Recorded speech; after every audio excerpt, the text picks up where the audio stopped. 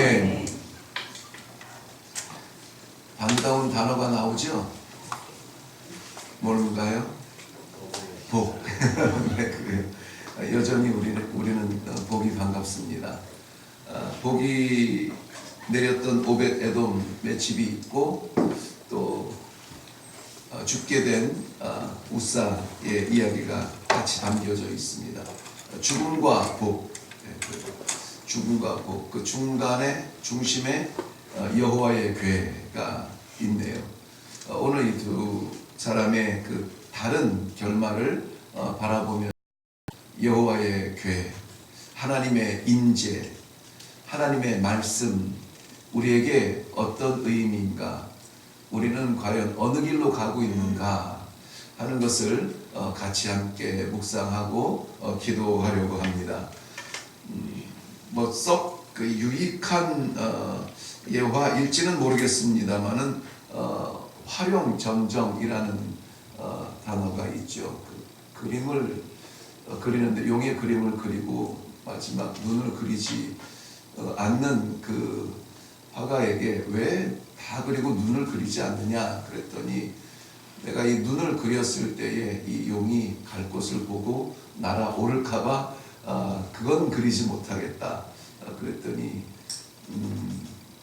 그래도 그림은 완성해야 되지 않느냐, 그려보라 해서 그 화가가 마지막 그 용의 눈을 그렸을 때에 정말 그 용이 살아서 날아올라갔다, 뭐 그런 예화입니다. 중국에서 있었던 얘기예요.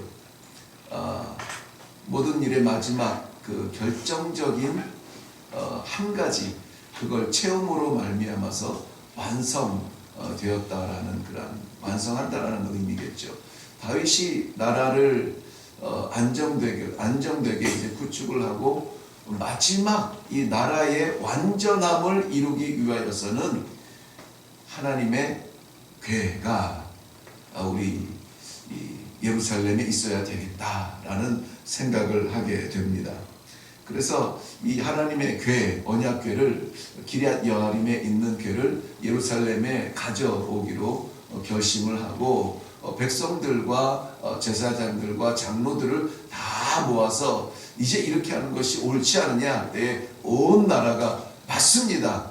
하나님의 궤가, 하나님의 언약궤가, 그 약속의 말씀이 우리의 중심에 있는 것이 맞습니다.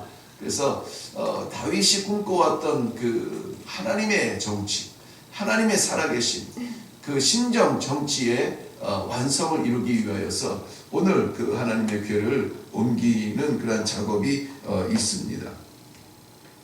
하나님의 궤를 먼저 좀 살펴보기를 원해요. 하나님의 궤는 우리가 잘 알고 있습니다만은 이스라엘 백성들 출애굽 이후에 방황할 수밖에 없는 광야 땅 40년을 하나님께서 그 중심에, 이스라엘 백성들의 중심에서 살아계심을 나타내고 하나님의 임재, 임하여 존재하여 주신다는 그 임재의 의미로 모세를 통하여서 이 언약궤를 만들게 하시죠. 그리고 이 언약궤는 이스라엘 12지파의 가장 중심의 성막에, 그것도 성소에, 그것도 지성소에, 아무것도 없이 이 언약궤만 지성소에 머물게 되었었습니다. 그런데 이 지성소는 어느 그냥 이 짜서 만든 상자의 의미가 아니라 하나님의 임재의 상징이기 때문에 사람이 죄 가운데 하나님을 만났을 때에 그 죄로 인하여서 죽게 됨으로 말미암아 아무도 그 안에는 들어갈 수가 없었지요. 오직 허락받은 대제사장만 1년에 한 차례 들어갈 수가 있었습니다. 그 언약궤 안에는 아론의 지팡이가 있었고, 그 다음에 하나님께서 주신 율법 두 돌판이 있었고, 하나님께서 40년 광야 생활에 이스라엘 백성들을 먹이셨던 만나가 있었지요. 이 모든 것은 다 무엇을 의미하냐면은 생명을 의미합니다. 생명. 아론의 지팡이, 여러분 지팡이를 써보셨나요? 요즘은 잘 쓰지는 않는데 제가 섬겼던 우리 다곤바 종족에는 어르신들이 지팡이를 참 유익하게 씁니다. 뭐 아이들도 쓰기는 합니다만은 그 지팡이는 나무 가운데 가장 잘 마른 나무를 써요. 잘 마른 나무. 잘 마르지 않은 새로운 나무는 상할 수도 있고요. 구멍이 나서 벌레가 먹어서 구멍이 날 수 있어 오래 쓰지 못합니다. 정말 저력 있는 어르신들의 그 지팡이는 아주 그냥 윤이 반질반질 날 만큼 오랫동안 그 곁에서 지켜준 그런 마른 나무예요. 근데 그 마른 나무에 싹이 나고 거기에 살고 열매가 맺혔다는 것, 이것은 가능성 없는 것에 하나님께서 생명을 주신다는, 생명이 하나님을 의미하고 있습니다. 하나님의 두 돌판, 십계명도 마찬가지입니다. 하나님의 백성은 하나님의 질서를 지켜야 하나님께서 주시는 생명을 유지할 수 있음을 보여주고 있습니다. 만나도 마찬가지지요. 우리가 사람의 땀과 수고로 거두지 아니한 열매로 40년 광야 생활 먹을 수가 있었던 생명을 이야기하고 있습니다. 그러한 이 법궤가 지금 기럇 여아림에 있다는 것입니다. 기럇 여아림에 있게 된 그 배경은 사무엘상 4장에 보면은 이스라엘 백성들과 블레셋 사람들의 전쟁의 이야기에서 시작이 됩니다. 엘리 제사장의 두 아들 홈니와 비느하스가 이 전쟁에 기도하러, 제사장이 항상 이스라엘 전쟁에는 함께 동행을 하게 되는데요. 1차 전쟁에서 처참하게 이방의 군대에게 패하게 됩니다. 4,000명 정도가 1차 전쟁에서 패하게 됐다고 해요. 그런데 이 패전의 원인이 어디에 있을까? 맞아, 우리가 하나님의 법궤를 깜빡했네. 전쟁에 항상 앞장서면은 이길 수 있는데, 돌아가서 이 여호와의 법궤를 가지고 와서 다시 한번 붙어보자. 그래서 조심스럽게 표현하는 단어이지만 승리의 부적처럼 여호와의 법궤를 다시 이 전쟁터에 들고 와서 두 번째 전쟁에 나아가게 되죠. 그런데 하나님의 법궤가 없었을 때에 4,000명이 죽었는데, 하나님의 법궤를 들고 나갔는데도 그 전쟁은 여지없이 패하게 되죠. 그리고 약 3만 명이 죽게 됩니다. 뿐만이 아니라 그 법궤를 들고 왔던 홈니와 비느하스마저, 제사장들마저 그 전쟁에서 죽게 되죠. 뿐만이 아니라 그 전쟁에서 두 아들이 죽었다는 이야기를 듣고 기다리고 있던, 승리의 소식을 기다리고 있던 엘리 제사장도 의자에서 떨어져서 목이 부러져 죽었다라는 이야기입니다. 그때에 이스라엘 백성들의 승리의 부적처럼 매달고 와서 이제는 이겼다, 와, 함성을 지르던 그 법궤를 블레셋 사람들이 빼앗아가게 됩니다. 그런데 블레셋 땅으로 간 이 법궤로 인하여서 그들의 신상이 부서지고, 그렇죠? 기억이 납니까? 네, 신상이 부서지고 온 나라에 전염병이 생기고 독종이 생기고, 이 원인이 어디에서 왔는가? 저걸 돌려보내야 된다. 그래서 저들이 소에 이 하나님의 법궤를 싣고 벳세메스로 보내게 되죠. 벳세메스에 도달했을 때에 이 이스라엘 백성들이 그 법궤를 들여다봄으로 말미암아 수많은 사람들이 또 죽게 돼요. 사본에 따라서 차이가 나지만은 4,000명, 7,000명이 죽었네, 4만이 붙어서 4만 7,000명이 죽었네, 많은 차이가 있습니다만은 우리 성경에는 7,000명이 죽었다고 그렇게 보여, 700명이 죽었다고 그렇게 보여져요. 70명인가요? 자꾸 줄어드는데요. 그 법궤를 들여다봄으로 말미암아서 이스라엘 백성들이 죽게 돼요. 그러니까 이것이 두려워서 여기에는 두지 못하겠다. 그리고 보낸 곳이 어디냐면은 기럇 여아림에 있습니다. 지금 70년간 그 기럇 여아림에 머물고 있어요.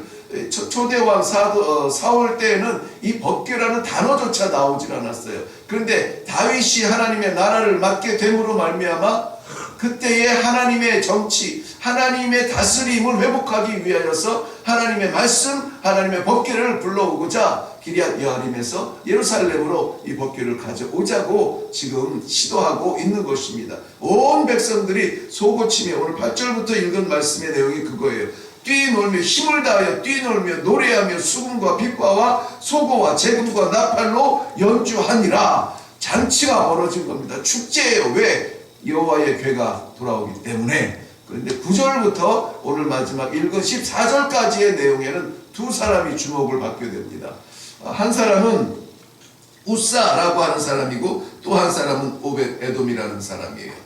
우사라고 하는 사람은 사실은 기럇 여아림에서 하나님의 궤를 20년 가까이 자기가 간직했던 그러한 사람이에요.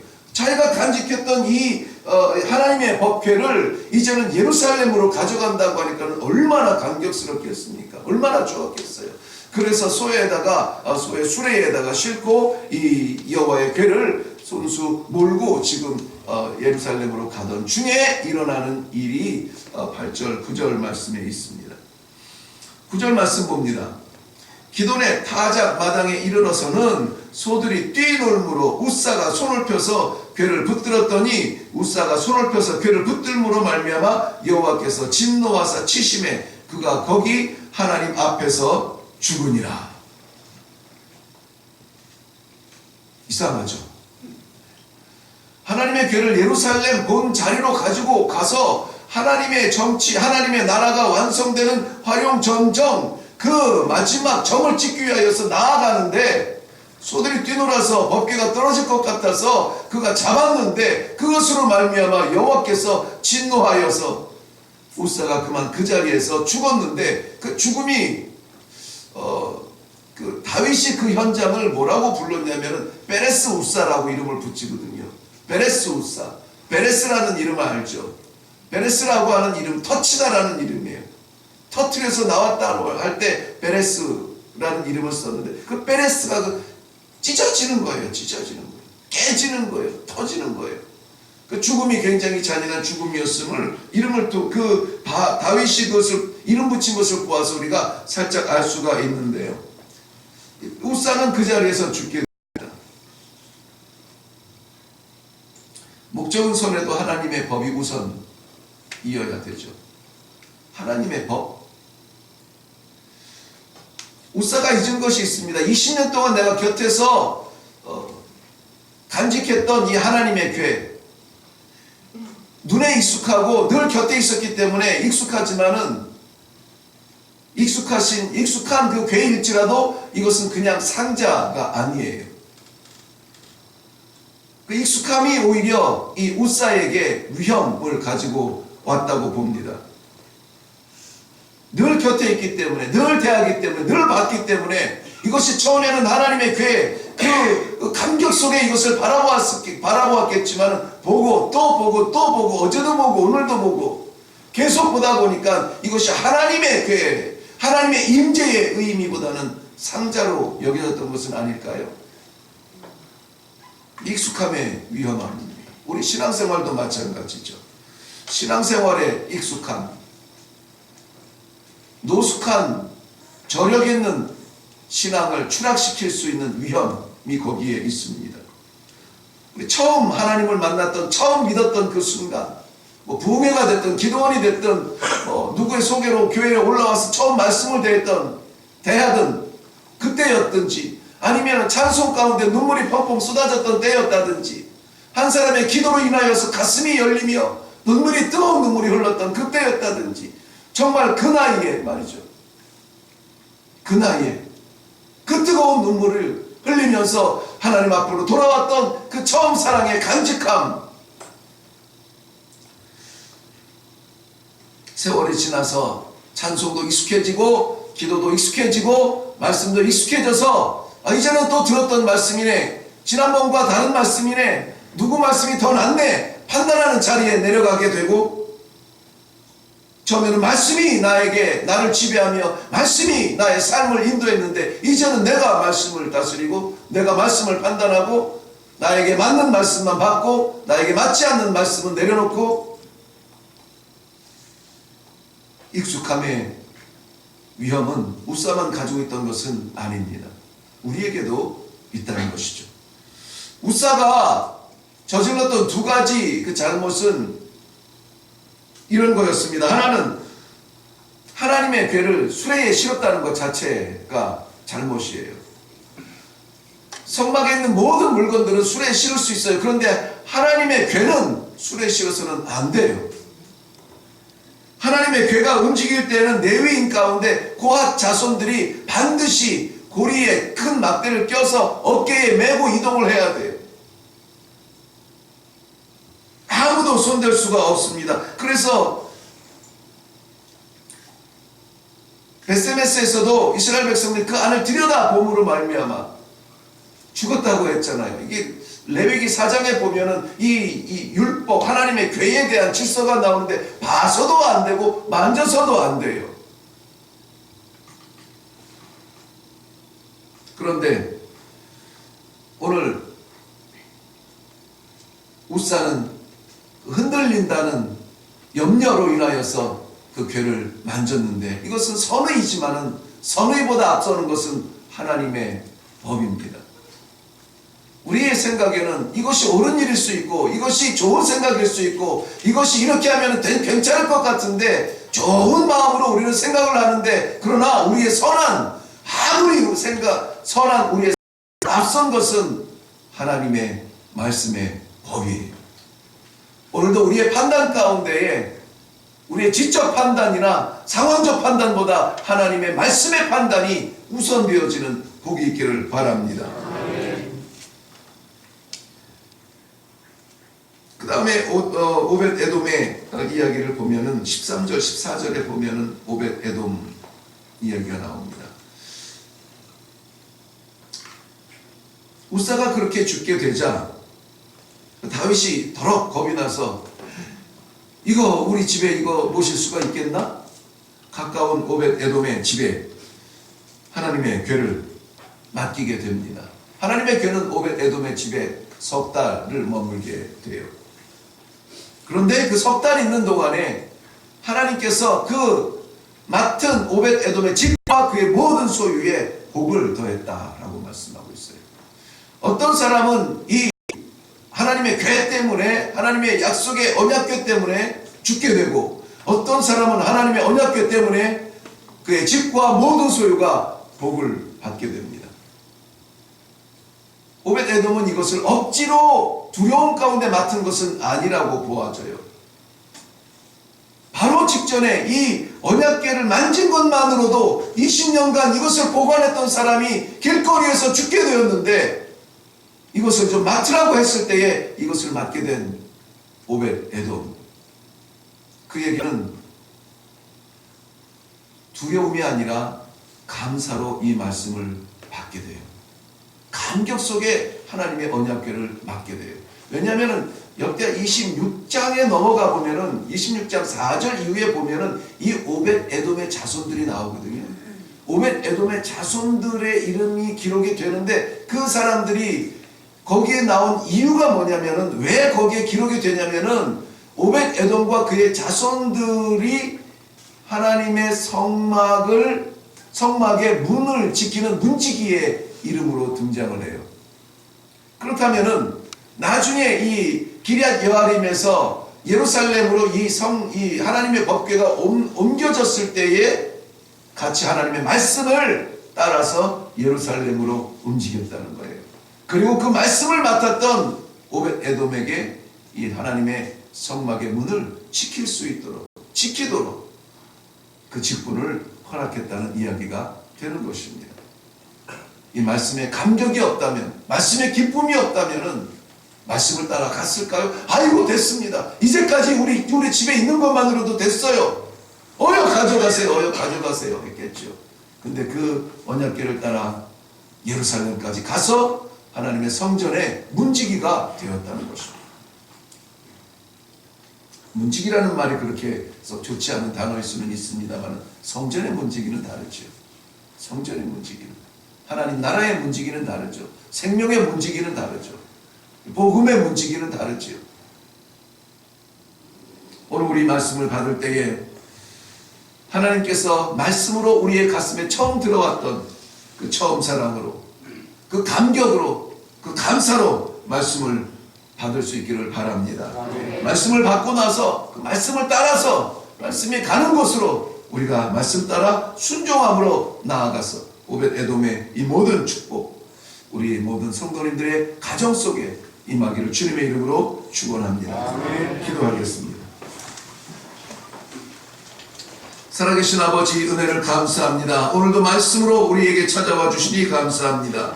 아버지 하나님께서 맡기신 이 여호와의 궤를 인하여서 자신의 복과 자손의 복이 성전의 출입을 관리하는 문지기의 복으로, 하늘의 출입을 관리하는 복음 전도자의 복으로 아버지 하나님 임하게 하셨음을 인하여 감사합니다. 오늘 하나님의 백성들이 이 말씀을 받습니다. 우사처럼 자신의 생각에 앞서지 아니하고 하나님의 질서를 따르게 하옵소서. 오벳에돔처럼 기쁨과 감사와 감격으로 말씀을 받게 하시고 그 말씀 간직함으로 그 모든 가정이 복을 받는 하나님의 백성들의 가정이 되게 하여 주시옵소서. 오늘도 말씀 따라가는 하나님의 성도들 되도록 축복하여 주시되 하나님께서 인도하여 주시고 성령 하나님께서 붙잡아 주시고 그 길을 끝까지 포기하지 아니하고 나아가 걸을 수 있는 복된 성도들 되게 하여 주시옵소서. 감사드렸고 예수님 이름으로 기도하옵나이다. 아멘. 이 시간에 우리 기도할 때에 우사와 오벳에돔 두 사람의 이름이 우리 앞에 있습니다. 말씀을 지배함으로 말미암아 우사의 마지막을 만날 건지 말씀의 지배를 받음으로 말미암아 오벳에돔의 축복을 받을 것인지 우리로서는 참 오벳에돔의 복이 그립지만 우리의 성품이 우리의 삶이 우사의 길을 걸어서 우리가 말씀을 승리의 부적처럼 쓰려고 할 때가 많다는 것을 깨달으면서 아무쪼록 이 기도의 시간을 통하여서 성령 하나님 나보다 말씀이 앞장서시고 나보다 하나님의 질서가 앞장서시고 기쁨으로 이 말씀 따라갈 때에 하나님 예비하신 모든 복을 받는 가정 복 되게 하여 주시옵소서. 우리 한번 기도하고 내려갈 수 있기를 바랍니다.